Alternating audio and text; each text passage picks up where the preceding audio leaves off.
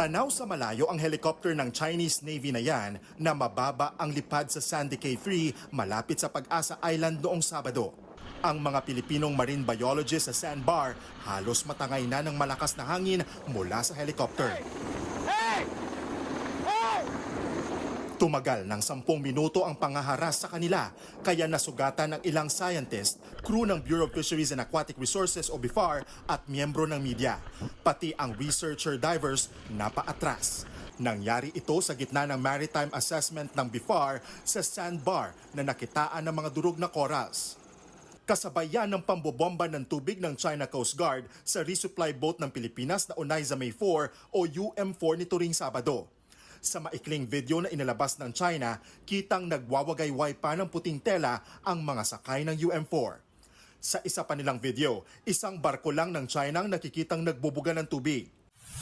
Pero sa kuha ng Armed Forces of the Philippines, di lang isa kundi 2 barko ng China ang nagsanib puwersang i-water cannon ng UM4. 8 beses itong tinamaan.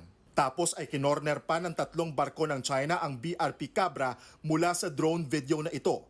Sa malapitang kuha, halos dumikit pa ang China Coast Guard vessel. Sumasabay din sa pagkuha ng video at litrato ang mga sakay nito. Inabot ng ilang oras bago makalapit ang BRP Cabra sa Onaiza May 4. Halos magkalasog-lasog na yung malaking bahagi nitong resupply boat. Ayan, makikita po ninyo dyan sa taas niya, nasira na ng pag-water cannon ng China Coast Guard.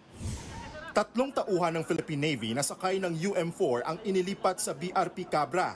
Napuruhan sa kaliwang mata at nagkasugat pa sa kamay at braso ang isa sa kanila. Sakay din siya ng UM4 noong March 5, pero mas matindi raw ngayon. Nung una, kayang-kaya pa namin, pero itong huli na, wala na talaga. Malakas na masyado. Nasa bridge o control ng resupply boat daw sila ng targeting ng water cannon. Wala na kami matakbuhan doon. Doon na lang kami sa isang kwarto. Napadasal naman ang isa sa mga biktimang tinamaan sa ulo at napilayan sa paa. Hindi ko, sir. Pa ako, sir, napilayan ako. Hindi natuloy ang Onaiza May 4 sa Ayungin Shoal. Pero nagpadala ng rubber boat ang Philippine Navy para mailipat ang mga sakay nitong supply at tagumpay itong naihatid sa BRP Sierra Madre. Giit naman ng China nang hihimasok ang Pilipinas nang walang pahintulot sa kanila raw ang teritoryo. Banta pa nila kung magmamatigas pa rin ang Pilipinas, mapipilitan daw silang kumilos kaya maghanda na lang daw tayo sa anumang kahihinatnan nito. Sagot ni Defense Secretary Gibo Chodoro, bakit kayo nananakot? Kami ay hindi magpapasubo ng ating mga kababayan sa panganib. Ngunit, ang panganib ay lumalapit sa atin. So anong gagawin natin? Hindi naman tayo nambubuyo dito eh.